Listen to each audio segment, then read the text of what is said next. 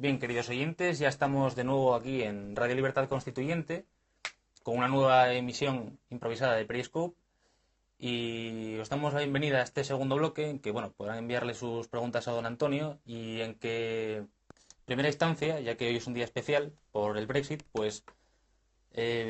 quiero comentar la contestación que ha dado Julio Arasanz al manifiesto de esta mañana de don Antonio del MCRC. Y dice así: el status quo podría construir una guerra fría, se ha ido. Es un tsunami. Antonio ha salvado otra vez el honor de todo un pueblo defendiendo la verdad. Abrazos emocionados, viva España. Y ahora doy paso a don Antonio. Manifiesto. De acuerdo. Bueno. Bien.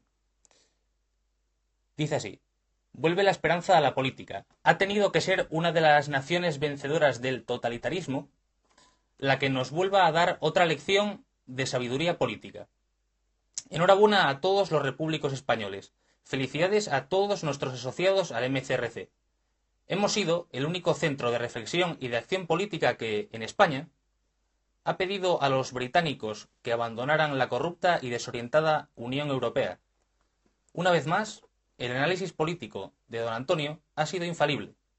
Pronosticó el triunfo del Brexit desde que se convocó el referéndum y tuvo la previsión y la intuición política de realizar un acto memorable en Bruselas pidiendo el Brexit. Como europeo defensor de la libertad política colectiva, hoy es un día de verdadera fiesta para el espíritu de la libertad. Celebrémoslo. En consecuencia, también es el comienzo del camino político para conseguir la salida de España de la Unión Europea, sin esperar que lo haga Holanda, Polonia. La causa política de nuestra libertad ha vuelto a cimentarse en la ruptura con la Europa que se entregó a los totalitarismos. Muerta la Europa de los 28, viva la Europa de las naciones libres. Don Antonio pide a todos los repúblicos que reproduzcan estas palabras de felicitación en todos los medios de comunicación a su alcance, incluso por mensajes telefónicos o directos a todos sus familiares y amigos. Debemos romper el miedo irracional a la ruptura pacífica de las realidades políticas que están conduciendo a los pueblos europeos a su aniquilación moral y su definitiva ruina cultural. ¡Viva Gran Bretaña! Muy bien. Bueno, vamos a presentar, está Ulises en la técnica, está Bernabé que nos acompaña hoy y, por supuesto, don Antonio. Porque nos lo ha planteado algún repúblico, es si es el Brexit, apoyar el Brexit consiste en apoyar una jugada o las reglas de juego. Sí, la pregunta es muy interesante y trascendente para nosotros, para el MCRC, porque claro, los que piensen que estos problemas resuelto el referéndum británico podría ser una jugada, en cuyo caso no tenemos por qué intervenir, porque nosotros solamente intervenimos en las reglas de juego. Pero examinado la cuestión de frente y sin prejuicio, aparece la realidad incontestable. ¿Cómo va a ser jugada si lo que ha decidido Reino Unido es separarse de las reglas de juego en la Unión Europea? Nos corresponde directamente a nosotros. Somos expertos en saber en qué consiste la regla de juego. Por eso no es casualidad de ninguna manera que seamos el único movimiento cultural y político, el MCRC, que ha estado en Bruselas para pedir la salida del Reino Unido, la salida de la Unión Europea. Porque esas son las reglas de juego, puras reglas de juego. Es salir de unas reglas de juego que son antidemocráticas, que no están regidas por la libertad política, sino por intereses económicos montados sobre la corrupción de las oligarquías financieras, económicas, industriales de toda Europa. Por lo menos que recupere Reino Unido su independencia. ¿Por qué razón hoy llaman los británicos Día de la Independencia al día de hoy? Porque pertenece a las reglas de juego, no a una jugada. ¿Por qué es la independencia de Estados Unidos cuando gana una guerra civil? Eso no es una jugada, es el Día de la Independencia, donde comienza la regla de juego. Es una maravilla que nosotros hayamos estado presentes en en la disputa de las reglas de juego de la Unión Europea. Y hemos pedido, ayudado, con documentación, con nuestra presencia en Bruselas, a los periodistas y los medios de comunicación ingleses con los que hemos estado facilitando documentación y energía para que tomaran partido a favor del Brexit. Bien, y otra cuestión que nos han planteado es, estaba ya parecía que iba a ganar que Inglaterra se quedara en la Unión Europea por el asesinato de Joe Cox. Sí. Y entonces, ¿qué ha pasado para romper esa tendencia que llevaba el referéndum? Pues muy sencillo, ahí yo me equivoqué, porque creía, por el tenor de las encuestas, pero me equivoqué, creía, con arreglo al temperamento de Europa continental y de los pueblos latinos, creía que el azar había decidido esta cuestión y que el azar de ese asesinato había cambiado el porvenir del referéndum y que iban a votar los británicos a favor de la permanencia y no de la salida. Me equivoqué. ¿Y por qué me equivoqué? Porque no tuve en cuenta que para los británicos aquella definición famosa del filósofo alemán Guillermo Dilthey, que decía sobre la vida que es una misteriosa mezcla de azar, destino y carácter, pues los británicos no. Eso lo puede decir un alemán. Para un británico rechaza completamente la palabra destino. Y claro que mantiene el azar, pero hay algo superior al azar entre los británicos, que es el carácter. El carácter británico ha vencido al azar. Ha sido superior la fuerza del carácter británico, que se ha repuesto en 48 horas del efecto que le produjo sentimental, el efecto que produjo el azar de un asesinato cometido por un demente. Eso cambió la tendencia. Pero los británicos tenían carácter para no dejarse dominar por esa tendencia emocional. Y han vuelto a la razón. Han vuelto al carácter. Y en cuanto al destino, que era la trilogía de Dilthey, analizado el azar y hablando del carácter, ¿qué es el destino para un inglés? Carácter. ¿Qué es el azar para un inglés? Lo que no domina su carácter. Luego la definición de Dilthey para Inglaterra, para Gran Bretaña, para el imperio inglés no existía. Ahí en ellos, ¿qué era? Era azar y carácter. Hay asuntos del azar que no han podido dominarlo. Pero la mayoría de las veces sí. Esa es porque el destino de Inglaterra lo determina su carácter. Por eso forman una unidad que para un filósofo alemán no lo puede comprender. Para un continental europeo no entiende lo que es el carácter inglés, el carácter británico. Se equivoca Cameron completamente cuando le dijo a los británicos que no huyen. Pues claro, porque no huyen, se van. Porque no estaban amenazados, eran ellos los que imponían sus reglas. Cameron se ha equivocado. Tiene que irse a abandonar con el rabo entre las piernas, avergonzado, como un pobre diablo que pierde la batalla porque no conocía el carácter de sus contemporáneos. Y nada menos que un Tory que presumen de carácter, vaya carácter. Si está vendiendo la mercancía en un intercambio de cromos con los Juncker y compañía europeos. Adiós, señor Cameron. Pregunta si las hay. Sí, las hay. A ver, primero nos comenta Agustín López que ha traducido el texto que ha leído Ulises al principio. Sí. Lo ha promocionado y los rusos comparten nuestra postura. ¿Los rusos? Sí. ¡Uy, qué maravilla! ¡Qué maravilla! Luego preguntan, ¿puede afectar el Brexit a la monarquía británica? De ninguna manera. Nada, eso ni lo respondo. No afecta de ninguna manera. Es más, ha habido ecos, se han dejado traslucir ecos, no desmentidos, pero no, es verdad que no habría por qué desmentir, de que la reina quería la salida, quería el Brexit. Y yo creo que con razón. A ver, otra pregunta.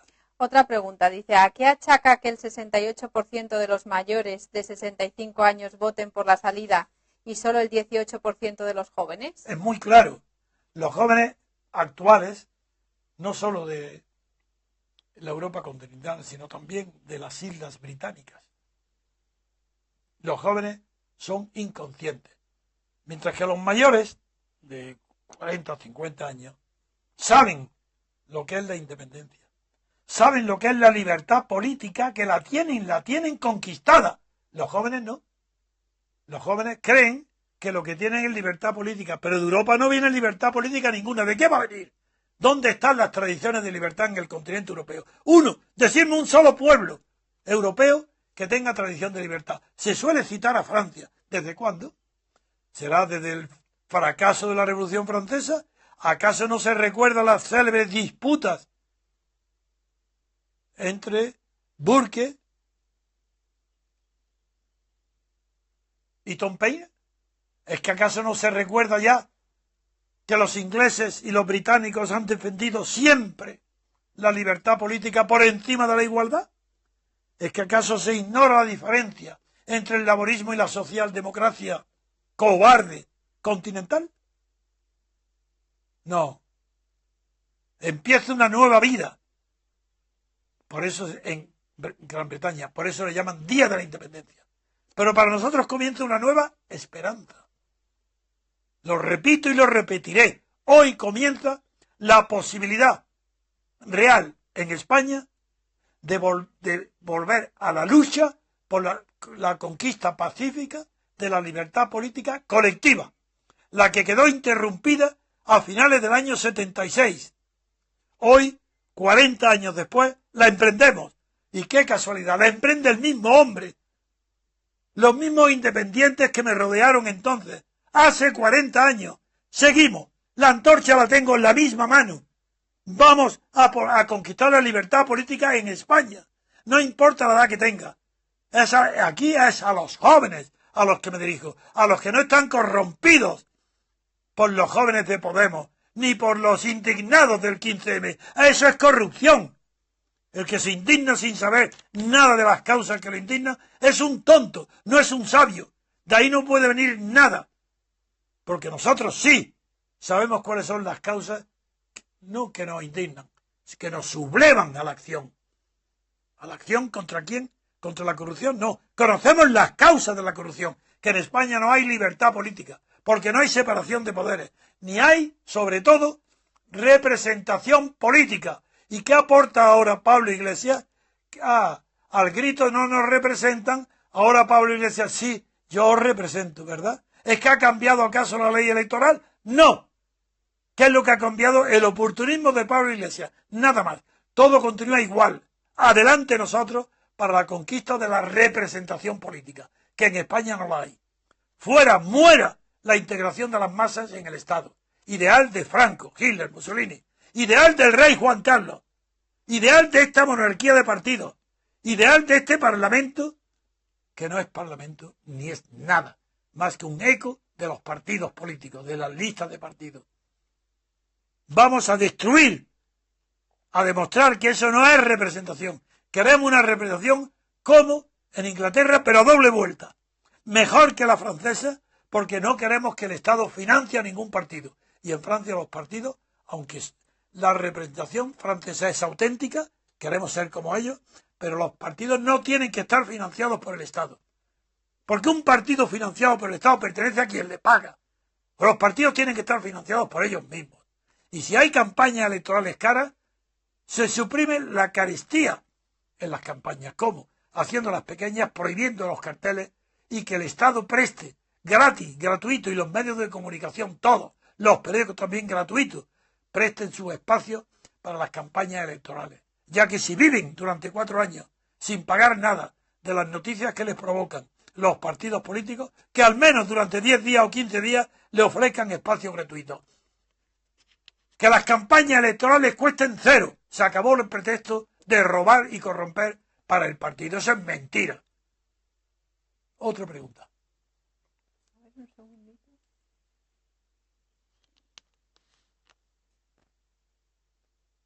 Dice, ¿qué opina don Antonio de la previsión de las casas de apuestas y los que confiaban en ellas? Bueno, a eso pertenecen Por ejemplo, Roberto Centeno esta mañana me ha llevado y él no estaba. Y cuando ha hablado conmigo se ha disparado como un cohete para escribir un artículo enseguida en el Confidencial. Porque esas personas no tienen, entre ellos Roberto Centeno es un economista, pero todas esas personas que confían tanto en las casas de apuestas, esas personas no tienen capacidad, porque no es su cometido, de análisis político. El análisis político hay que tener una experiencia muy grande y de haberlos conocido, haberlos practicado, haberte equivocado, haberte entendido siempre que te equivocas las causas del error. Los que confían en algo como las casas de apuestas, pues de política no saben nada. Por eso tienen que consultar lo mismo, tirar una moneda al aire, a ver cara o cruz, nada. ¿Por qué el mundo rural británico ha votado masivamente a favor de la salida? No sabía yo que el mundo rural ha votado a favor del Brexit. Pues creo que debe ser por la política agraria, no lo sé. La verdad es que, como ese asunto concreto, bueno, en realidad el mundo agrícola, en general, tiene una cultura un poco más retrasada que el industrial o urbano de las ciudades. Pero en este caso, como la Unión Europea tanto se ha entrometido en la vida rural y urbana de todo el mundo, con sus directrices, desconozco las causas que hayan podido ilustrar la mente de los agricultores británicos para que quieran el Brexit. No lo sé. ¿Por qué dice Margallo que Gibraltar está ahora más cerca de España? ¿Cuándo ha dicho eso? ¿Lo ha dicho antes de conocer el resultado? Hoy no lo ha dicho, lo diría cuando ayer, antes de ayer, cuando más cerca de España, porque pensaba que ganaba en la permanencia, que fracasaba el Brexit. Lo ha dicho hoy. Bueno, este es un loco, tonto payaso, que no sabe nada de nada, un ignorante, un imprudente. Ahora está más cerca de España, ¿quién? ¿Gibraltar o los gibraltareños? Los gibraltareños deben estar muy preocupados, porque si se va el Reino Unido, ellos también se van. Y desde luego las facilidades que tendrían como socios de España, unidos a Inglaterra, la van a perder. Eso es evidente. Pues, pero es que este Margallo dice locura. Él no busca más que guerras como su bisabuelo o su abuelo. Las guerras de Margallo. Este es un loco, un desequilibrado. Este es un payaso de la política, el Margallo. Habla continuamente, no para de hablar, es un locuaz. Habla de los asuntos propios y de los ajenos, de su ministerio, de la presidencia, hasta habla de la recogida de basura, de lo que sea. Habla y discute en las televisiones con un representante de Esquerra Republicana separatista y habla en tanto que ministro de Asuntos Exteriores. El ministro de Asuntos Exteriores español mantiene en la televisión un diálogo con Esquerra Republicana, que es un separatista. Ese es Margallo.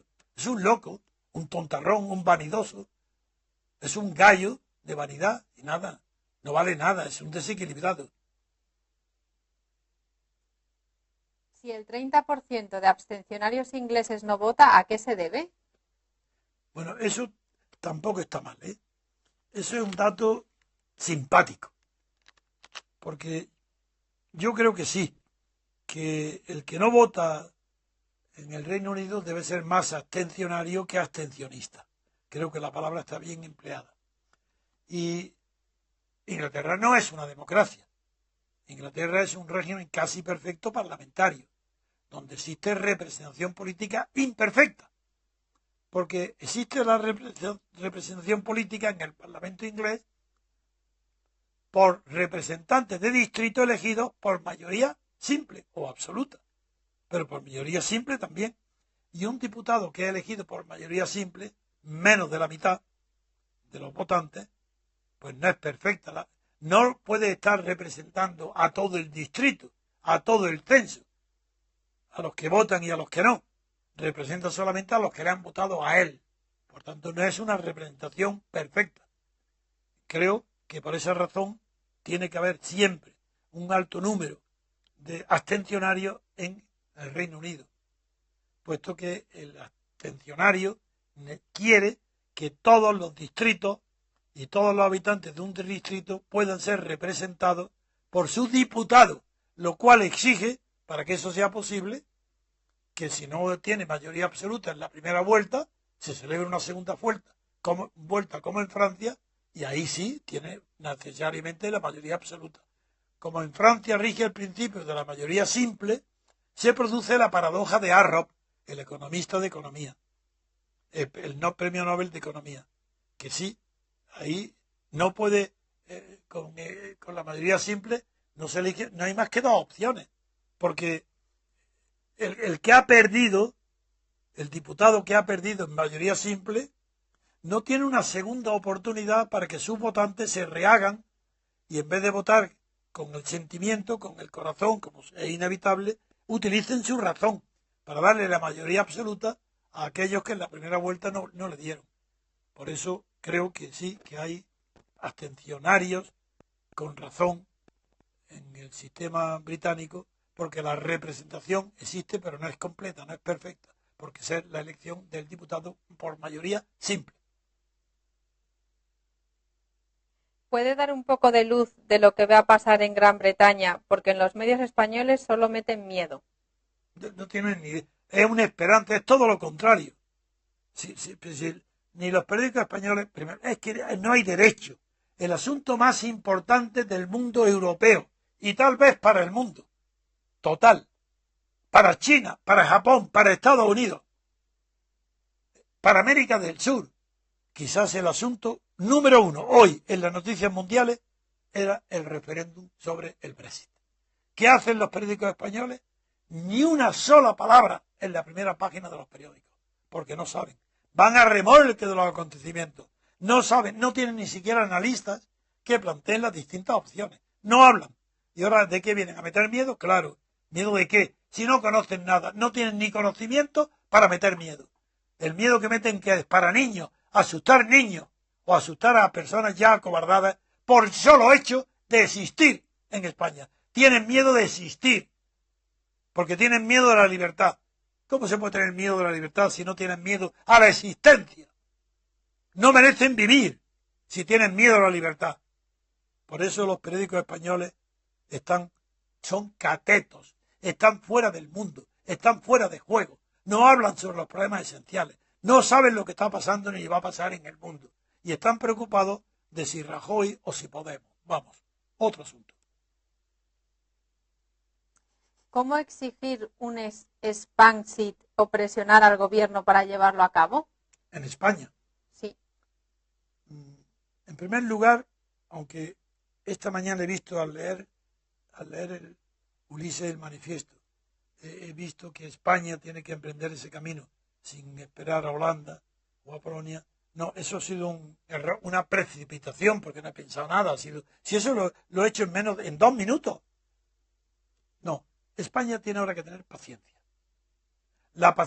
España, quiero decir, los promotores de la libertad en España, que somos nosotros, de la libertad política colectiva, nuestro movimiento de ciudadanos por la República Constitucional, tenemos que tener paciencia para prepararnos y lanzar un movimiento que ya sea irresistible, como ha sucedido en el Reino Unido, después de que otros pueblos en situación ya más avanzada, mucho más avanzada que nosotros, sigan el ejemplo de Reino Unido. Por ejemplo, Holanda. Hay que esperar que Holanda puede salir perfectamente.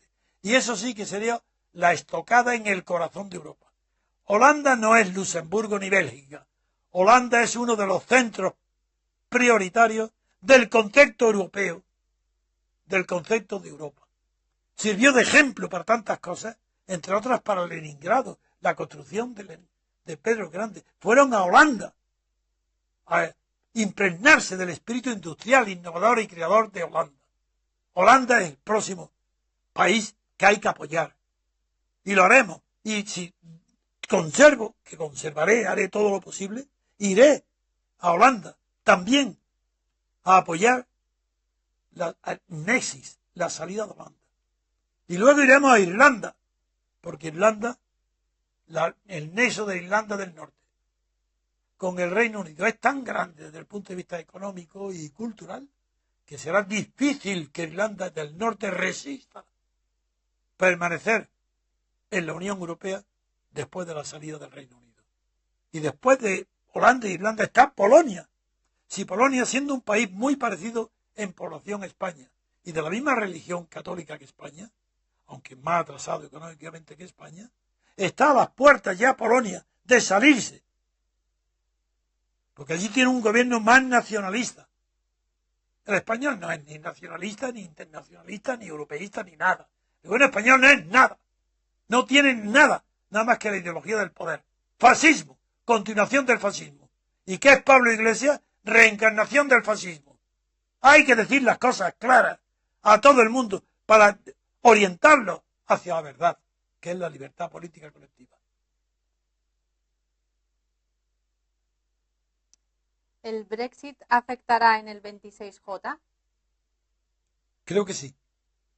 No una influencia grande, porque el español está fuera de las corrientes culturales del mundo, incluso de Europa, pero algo sí. Pero como la prensa va a disminuir la importancia del Brexit, pues el español va a estar menos afectado de lo que estará en otros pueblos europeos. Pero algo va a afectar. Y va a afectar, yo creo, mediante el crecimiento de la abstención. Porque aquí van a hacer, en unas elecciones legislativas, ¿qué puede hacer alguien que quiera que España se salga de esa corrupción, de ese foco que es la Unión Europea? Lo único que puede hacer es abstenerse. ¿A quién va a votar?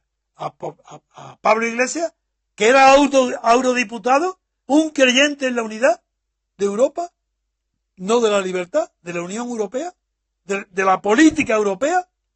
¿A quién? ¿A Rajoy, un heredero del franquismo?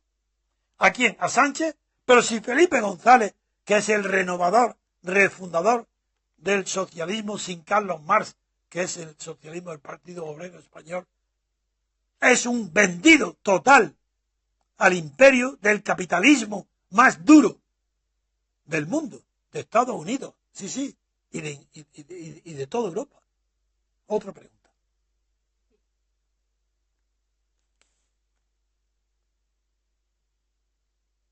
¿Será completa la libertad política en UK?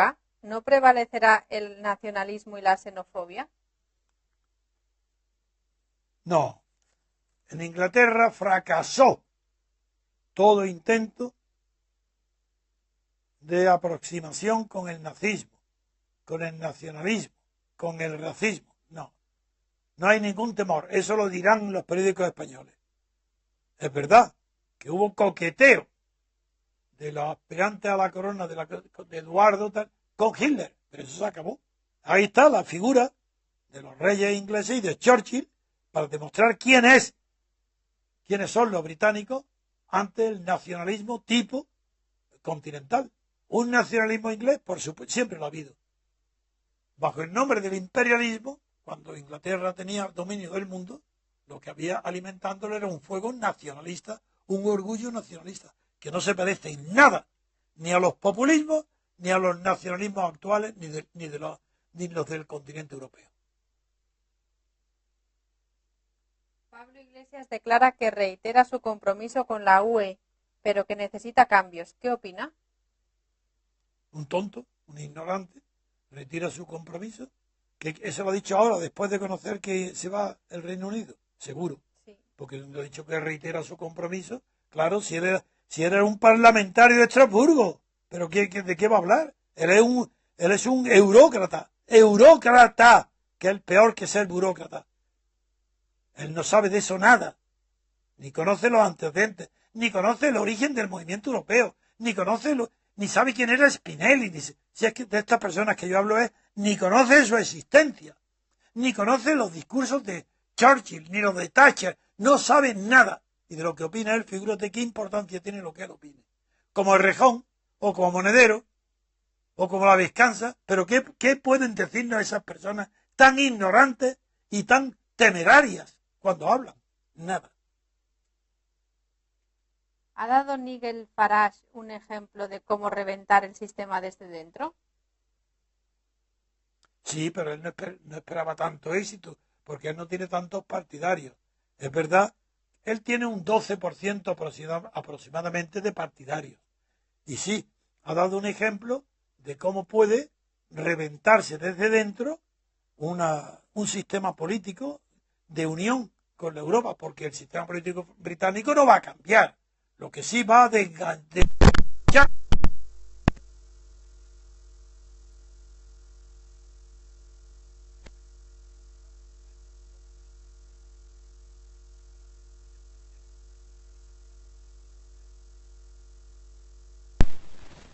¿Por qué no darles donde más les duele? Abstención fiscal. Donde más le duele aquí en todo, ¿no? La abstención fiscal es muy peligrosa. Solamente se puede hacerse en...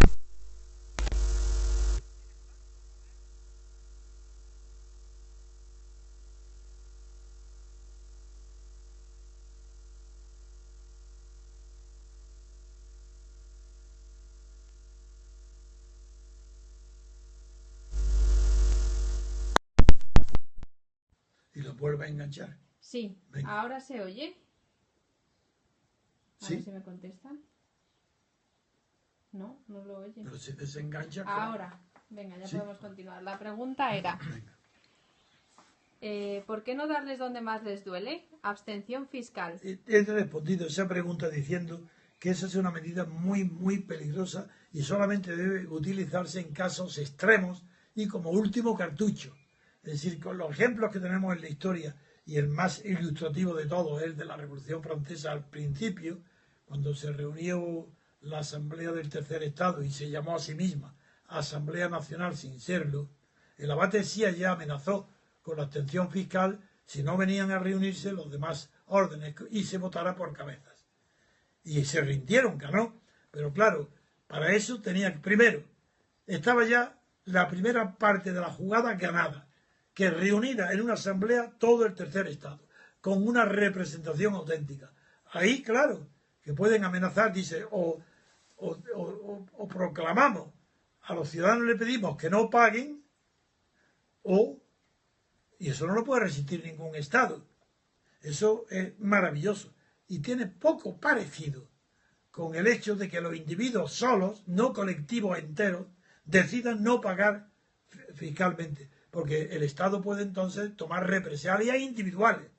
Ahora bien, si en una situación de hecho se produce una relación de fuerzas, donde la parte más débil se encuentra en un colectivo, y ese colectivo, bien reunido o bien desperdigado por Internet, eso es lo mismo, decide la abstención fiscal, no pagar al fisco, y es un colectivo, eso sí que es eficaz. Eso es muy difícil de castigar penalmente, desde luego.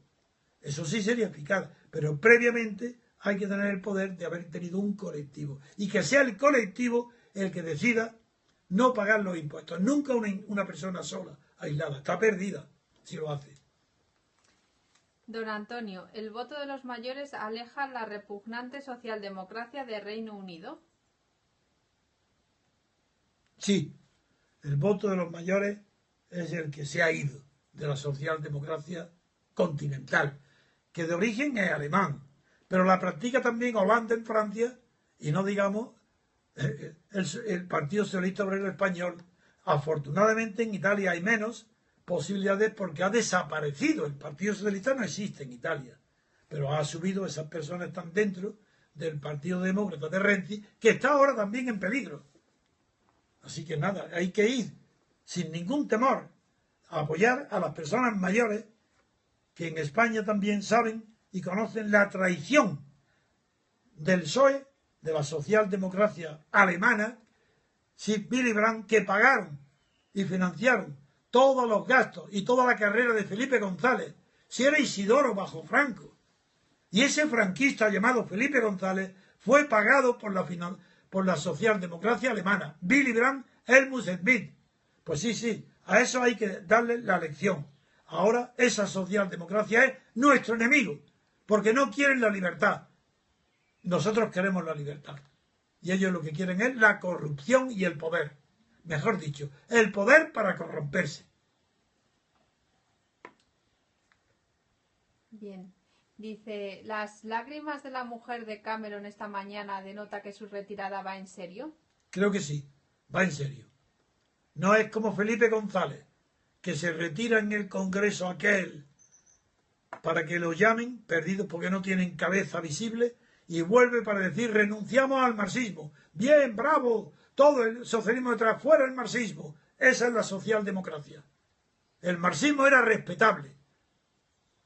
La socialdemocracia sin Marx es despreciable, no es nada. Y el Partido Comunista que se ha integrado en esa corriente, igual, despreciable. No es nada, como no lo fue y desapareció en Italia, y como ha desaparecido ya en España. Izquierda Unida, escondiendo el nombre del Partido Comunista. Ellos mismos tienen vergüenza de su propio nombre, de su propia historia. Y sin embargo, bajo Franco, tuvo una época de historia heroica. Entre el 56 y el 76, 20 años tuvo el Partido Comunista Español de resistencia ejemplar.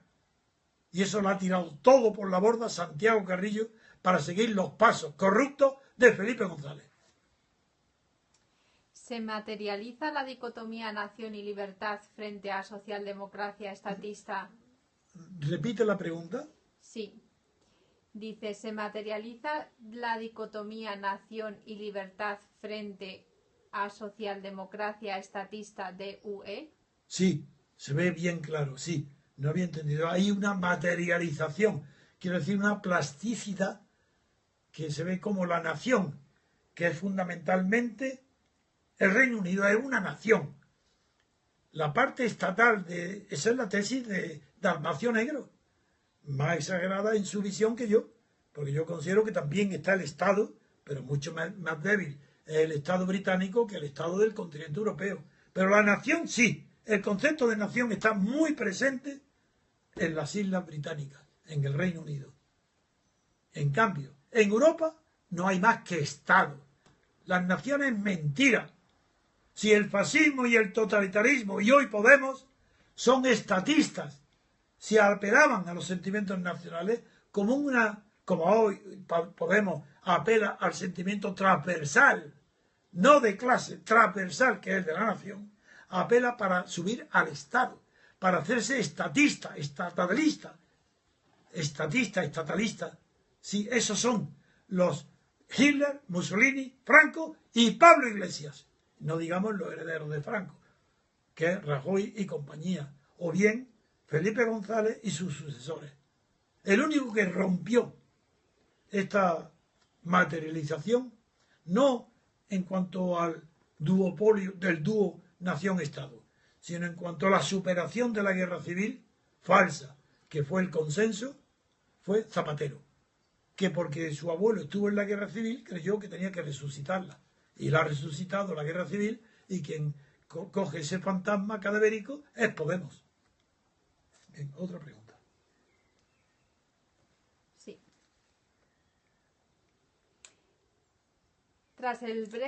Si tras el Brexit vienen el Nexit y otros volvemos a la peseta. No necesariamente. Holanda, que es el Nexit, creo que va a ser la próxima nación holandesa que va a preferir seguir el mismo camino que el Reino Unido. Primero porque hay una tradición muy lejana, bueno, desde el siglo XVII, desde las guerras civiles primeras, cuando terminó toda esa batalla y guerras civiles, cuando hubo que elegir bajo el lema de la guerra civil, bajo el lema de protestantismo y parlamentarismo, pues hubo que elegir a un holandés, Guillermo de Orange, rey de Inglaterra. Y luego, cuando terminó el periodo holandés, figuraron la vinculación de Inglaterra y Holanda. Es más, el célebre John Locke, el filósofo de las libertades, de la separación de poderes, escribió sus libros en el exilio de Holanda. Y él regresó a Inglaterra cuando venciendo en la guerra, proclamaron rey a Guillermo de Orange. Y su mujer, Ana, viajó en el barco de regreso con el filósofo John Locke. Eso es una maravilla, saber todos estos antecedentes. Entonces, después de eso está la tradición de la influencia inglesa en todas las corrientes de pensamiento y cultura holandesa, y a la inversa. Hay también una influencia grande de la historia holandesa en el Reino Unido. Pero yo creo que la imitación, el seguimiento de Holanda al camino iniciado por el Reino Unido va a ser inevitable. Y creo que es el inmediato. No sé si Irlanda del Norte puede incluso hacerlo aproximadamente al mismo tiempo. Están preparados ya para iniciar ya. En cambio, no están preparados ni Francia ni Italia. Son oportunistas los movimientos que hoy quieran convocar un referéndum en Francia y en Italia porque lo perderían. No se debe convocar un referéndum más que para ganarlo. Si no, se produce un retroceso. Y España tiene que tener paciencia. El movimiento que yo dirijo la tendrá.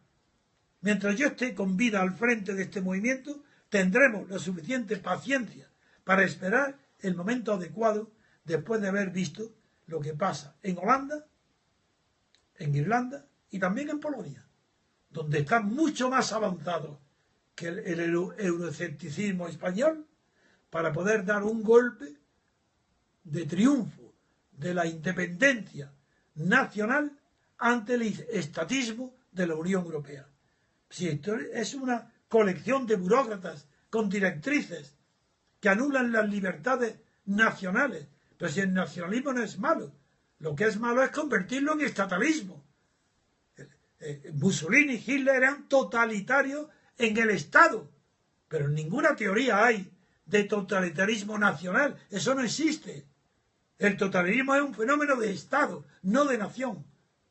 Y eso habrá que corregirlo, porque nos han imbuido tanto tiempo la propaganda de que nacionalismo es equivalente a fascismo, que no es verdad.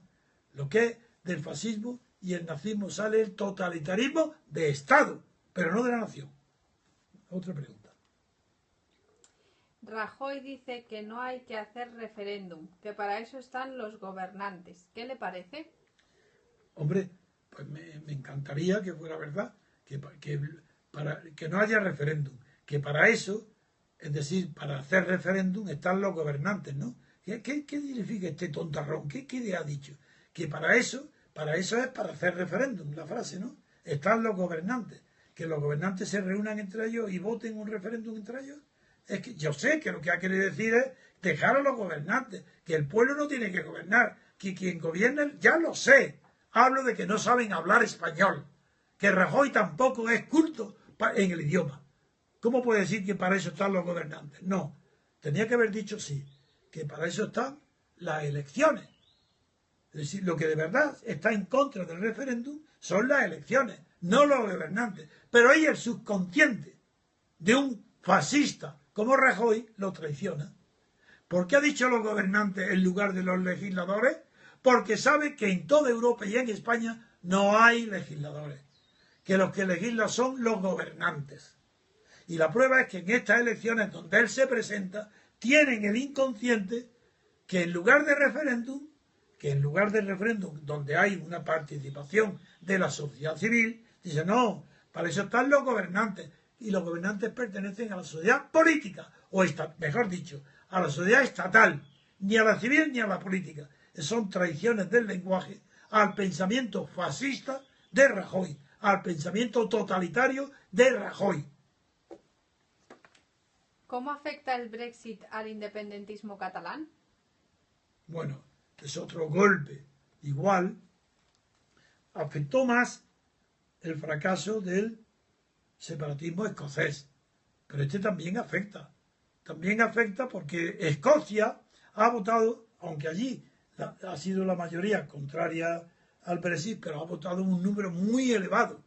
Entonces el que vote a favor de ese número elevado está en contra de la independencia escocesa. En Cataluña es igual.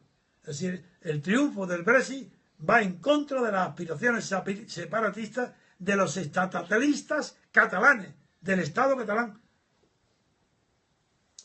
¿Cuál es la hoja de ruta del MCRC después de la abstención del 26J? Uy, eso no es que sea difícil, es que es prematuro. Vamos a esperar las elecciones. La hoja de ruta será, desde luego, lo que es seguro es que habrá una hoja de ruta. Pero la diferencia es la siguiente. La palabra hoja de ruta es de origen militar. La inventaron el gobierno de Israel cuando invadió la penúltima invasión de Gaza. No me gusta. Una hoja de ruta implica un ejército que tiene un plan de batalla natural. La política no es así. En la política no hay unos obstáculos geográficos o determinados que la política tiene que de antemano señalar como objetivo, diferenciando la táctica de la estrategia y siendo la estrategia la combinación de varias tácticas. No, la política no es así. La política, cuando es, aunque sea la continuación, la política en España, de la guerra civil por otros medios, sin embargo, nosotros que no continuamos, cuando hablo de nosotros estoy hablando del MCRC, como nosotros no somos la continuación de la guerra civil española por otros medios, como sí lo es Podemos y como también lo es Rajoy, como no lo somos, nosotros no tendremos una hoja de ruta. Nos va a decir el camino a seguir nuestro propio trayecto recorrido. Nuestra propia fuerza nos indicará cuáles serán nuestros objetivos y el orden de prelación entre nuestros objetivos. Y el primero es nuestra organización interna, porque el número y la calidad, desde luego, la doy por supuesta, porque alguien que no acepte nuestros ideales, los principios fundadores del movimiento, no estará nunca con nosotros porque no perseguimos la cantidad, pero necesitamos un número mínimo que permita la acción en la calle, la acción de verdad, que es visible, y ese número no puede ser inferior a 30, 40 mil afiliados, para que puedan seguir las consignas culturales, nunca políticas, son culturales, porque pretendemos conquistar la hegemonía política cultural en España, que no haya ni un partido, ni un periódico, ni una universidad, ni un catedrático, ni un libro que pueda no ser destruido por nosotros. Porque nosotros, nuestro camino está fundamentalmente en el camino de la inteligencia. Y segundo, la inteligencia al servicio ¿de qué? De la libertad. ¿Y de qué tipo de libertad? De la libertad fundadora, de la libertad colectiva, de la libertad constituyente. Queremos abrir en España un periodo de libertad constituyente. Y eso, no habrá hoja de ruta, pero que sí el proceso nos lo va a dictar nuestra propia fuerza. ¿Beneficia el Brexit a España para recuperar Gibraltar? No, para recuperar no. Eso por sí solo no. Pero sí es verdad que sitúa a Gibraltar en una posición de mayor dependencia de España. Es verdad. ¿En qué sentido sale favorecida España con la salida de Inglaterra en esta UE, según su opinión? Pues que la salida de Inglaterra debilita, es un golpe de muerte. Es que no es cualquier cosa. Es que no podéis imaginaros que una cosa es la continuación de la Comunidad del Carbón y el Acero, la continuación en un tratado de Roma, donde intervienen 6 estados, cuidado, para establecer un mercado común por razones económicas, porque no podía hacer por razones políticas, son razones económicas, de 6. ¿Y quiénes son los 6? Pues los mismos de la Comunidad del Carbón y el Acero, más Italia. Esto condicionaba por completo el origen de la Europa actual. Era Holanda, Bélgica y Luxemburgo, más los 2 países causantes de la guerra mundial. Y este proyecto de la Comunidad del Carbón y el Acero, lo repito una vez más, fue una creación de Jean Monnet, que era un banquero, apoyado por el secretario de Estados Unidos, secretario de Estado, Dick Atkinson. Ese fue los que crearon las bases de lo que se llamó Plan Schuman, que era la Comunidad del Carbón y del Acero, que no fue redactado por Schuman. Y figuraros qué leyenda hay sobre este tema, que según esa leyenda lo redacta solo Schuman y Adenauer, sin tener ni conocimiento, da su aprobación. No es verdad. Eso fue todo preparado por quien tenía el poder en Europa entonces, que era el ejército norteamericano. Y no es el ejército el que hace la propuesta de la Comunidad del Carbón y el Acero. No. Es el secretario de Estado, Dick Atkinson. ¿Y utiliza a quién? A Jean Monnet, un gran experto. Y fue un éxito enorme. Tan grande fue el éxito de la Comunidad del Carbón y el Acero que dio paso luego al Tratado de Roma, que era una ampliación a Italia. Nada más. Es decir, a un país vencido, procedente del fascismo, como Alemania era procedente del nazismo. Y ese mercado común de los seis era puramente un mercado económico. No tenía ninguna pretensión política. Y cuando se empleaba la palabra homologar, se refería a la necesidad de que las condiciones económicas de ese mercado común fueran homologables entre sí, económicas, nunca las políticas. Y es con Felipe González y con Giscard d'Estaing al principio, antes con Grecia. Y luego, Felipe González, con el apoyo de la socialdemocracia alemana, el que transforma las condiciones del Tratado de Roma, que es el que vale para Reino Unido. Cuidado, esto me he olvidado decirlo, porque lo daba por supuesto. El Reino Unido entra en el Tratado de Roma, que es un tratado económico, de mercado común. Y estaba ahí. Y la evolución transformó. Y yo diría a partir de cuándo. Ese tratado económico de mercado, era un mercado, se transformó en un mercadeo político cuando Giscard d'Estaing el primero mete a Grecia dentro y forma la Europa de los 10. Después de que han entrado de los 6 a los 9, han entrado Dinamarca, Groenlandia, Irlanda e Inglaterra, Gran Bretaña. Son la Europa de los 9. Bien, Giscard d'Estaing, y todavía hay esa Europa de los 9 es económica. Es un tratado de mercado económico. Correcto. No hay ningún acondicionamiento político, más que tienen condiciones de libertad comparable, aunque no es comparable para mí la libertad política inglesa del Parlamento británico, que la libertad política otorgada por el ejército de Estados Unidos a Alemania, Francia, Italia y etcétera. Aunque Francia sí fue distinto a partir de De Gaulle, porque De Gaulle tuvo que dar un golpe de Estado para que Francia fuera ya homologable políticamente con una democracia, aunque no llegó a serlo del todo porque no estableció la definitiva separación de poderes. Pero en fin, continúo. Así ya hemos pasado a la Europa de los 9. Pues bien, para que la Europa de los 9 pase a los 12, interviene Felipe González, que es donde me he interrumpido, para hablar, explicar el paréntesis. Cuando viene Felipe González se transforma por completo. Y lo que hasta entonces era un mercado económico se transforma, gracias a la presión de la socialdemocracia alemana, en mercado político. Y como es mercado político, Felipe González vende a Francia, a Alemania, le vende las mejores condiciones económicas que tenía España, el mercado español económico. ¿A cambio de qué? De que él, el PSOE de Felipe González y el régimen de la monarquía española de Juan Carlos, heredado directamente de Franco, con ese complejo de inferioridad y de una continuación del franquismo, pues vende la industria española, Felipe González, la industria española, la siderurgia, la naviera, la lechera, toda la industria, la de lechera es del campo, pero bien, vende, arruina el porvenir de la economía española. ¿A cambio de qué? De entrar en un mercado común donde se transforma la homologación económica en homologación política. ¿Creéis que digo algo que no puedo demostrar? ¿Por qué se cambia el nombre de una comunidad económica a una Unión Europea, que es una unión política? Ahí está. ¿Y dónde está el origen? En la venta, en la entrega de Felipe González a Francia y a Alemania del porvenir económico y el desarrollo económico de España. ¿Qué ha pasado? De ser el 8º país del mundo industrializado a la muerte de Franco, a hoy que es el 14. ¿Eso responsable de quién? La entrega y la traición de Felipe González por pagar un precio económico para que lo consideraran homologable la monarquía española franquista al resto de Europa. Otra pregunta.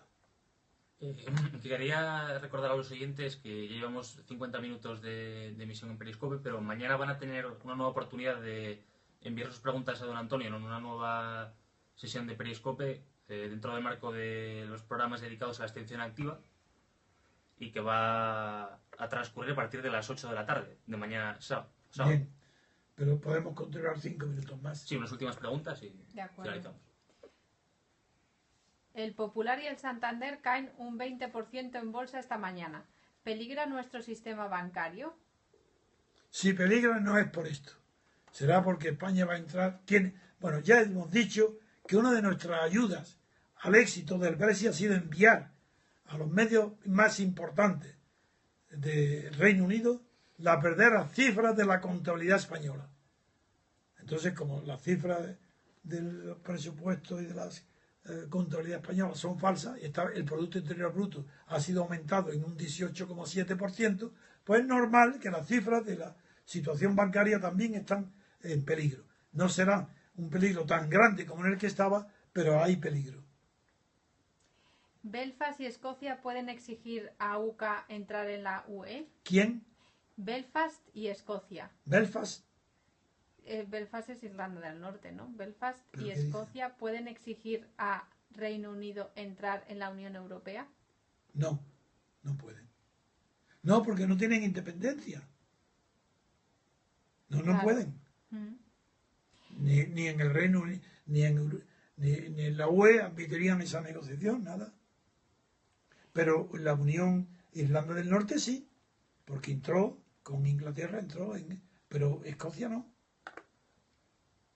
¿Este Brexit supone el fracaso del nuevo orden mundial? Es que no hay nuevo orden mundial, es que no lo hay, nunca lo ha habido, nunca lo habrá. Eso es, si eso todo se pertenece a la mitología de la política. Las personas que no son muy inteligentes, porque no piensan en las causas de los fenómenos, sino que tienen acumulado una cantidad enorme de fenómenos que no explican en su unidad, se inventan el orden del mundo. Del mismo modo que antiguamente en la monarquía absoluta se creía que la política dependía de Dios. Era la providencia la que disponía el orden de las cosas. Y eso, como desde que no se cree que Dios intervenga en los asuntos del mundo de una manera tan directa, pues ya se sustituye por un orden mundial, un gobierno del mundo. Esos son verdaderas fantasías. Bueno, el argumento lo repetiré siempre. Todo poder es una relación. No existe el poder como una entidad autónoma, como una situación de poder. No existe. Siempre que hay una situación de poder es porque está en una relación con otra situación de poder. ¿Que hay orden del mundo? Que me digan qué relación hay. ¿Que es invisible? Me río, porque no puede haber relación que una de las partes esté invisible. Me río. Es de risa. Por eso. Porque es una relación. Y ninguna relación puede ocultar cuál es la parte poderosa que domina a la débil. Si es invisible, pues no hay poder. Es mentira. ¿Cómo aprovechar el sentimiento nacionalista de la Eurocopa? El sentimiento nacionalista, bueno, es verdad que en el fútbol y en el deporte en general, los países que han perdido el nacionalismo genuino, sustituido por el estatalismo, como pasa a todos los países europeos y sobre todo la socialdemocracia, que no pueden hablar de patriotismo de español ni alemán, sino tienen que hablar de patriotismo constitucional. Es verdad que esos no sienten. En el fútbol recupera la posibilidad de expresión de un sentimiento natural de amor a lo propio. ¿Y qué? Una cosa de amor a lo propio, si no degenera en fuerza bruta como los ¿cómo se llama? Los forofos, Los hooligans. Los hooligans, sí. Si no degenera en hooligan, es normal que como en la política pasa lo mismo. Si no hay hooligan en la política, el nacionalismo no es peligroso. Lo peligroso es el estatalismo, que es el fundamento de las dictaduras. No hay dictaduras nacionales. Todas las dictaduras son estatales. Es una confusión de los términos, un engaño que la propaganda mundial viene difundiendo desde hace 2 siglos. Y es mentira. Aquí no hay más peligro que en el Estado. La nación no es peligrosa. Ni el sentimiento nacional es peligroso. Si lo quieres transformar en sentimiento estatal para dominar a otros, claro que es peligroso. Ahí está la base del totalitarismo. Pero el nacionalismo por sí solo no es peligroso. Y el del fútbol, de la Eurocopa, es un sustituto, un Ersatz, como dirían los alemanes, es un sustituto del sentimiento nacional. Lo expresan en el deporte, pero bien expresado está. Eso es inofensivo, no pasa nada. Es normal, lógico y no es feo. Otra pregunta de este oyente dice: ¿por qué los catalanes y vascos animan como locos a la selección española en grandes eventos? Porque es verdad, porque el separatismo vasco y catalán es falso, es mentira. Es que está creado artificialmente por la propaganda de los medios de comunicación y como protesta contra Franco. Pero no es que sea natural. Es decir, la selección de fútbol español une a todos los españoles porque el nacionalismo no tiene nada que ver con el estatalismo. Es un pretexto, es mentira. Tienen sentimientos nacionales lógicos y naturales. En el fútbol se manifiesta bien, de una manera correcta, el nacionalismo, que es superior a los separatismos de Estado propio en Cataluña y el País Vasco. ¿Cuál es el mejor libro de John Locke? El ensayo sobre el segundo ensayo sobre el gobierno, la forma de gobierno. Ahí es donde desarrolla la teoría de la separación de poderes. Pero él habla de 3 poderes y uno de ellos no está actualizado, porque él habla también, además del poder legislativo y del ejecutivo, habla del poder diplomático, que es el que rige las relaciones. Es el poder de la relación internacional de un país con el extranjero. Eso no es un poder, porque cuando se habla de la separación de poderes es el interno, internamente, ya que un poder diplomático puede ser jamás independiente del poder ejecutivo nacional. Eso es imposible. Por eso fue un error de Locke. Y última Que pregunta. correspondió a su tiempo. Porque claro, si pensamos que Locke está escribiendo este libro en Holanda y que luego las fuerzas políticas inglesas o británicas llaman a un holandés, claro, para él la relación diplomática, la relación de un país con otro, formaba parte casi de un poder independiente, como separado de los demás. Si se explica el error de Locke, pero no se justifica, porque no tiene justificación sociológica ni filosófica. Bien. La última pregunta dice, ¿cree que el rechazo de Inglaterra a la UE lo debe a la defensa de su cultura anglosajona? Sí, lo creo. Creo que la defensa de la libertad, así, el concepto de libertad política en Inglaterra y luego en Gran Bretaña es muy profundo y muy serio. Por eso se diferencian de nosotros. Unido eso al carácter inglés, debido a su cultura, hace que sí, que es verdad. Muy bien. Bien, pues muchas gracias, amigos.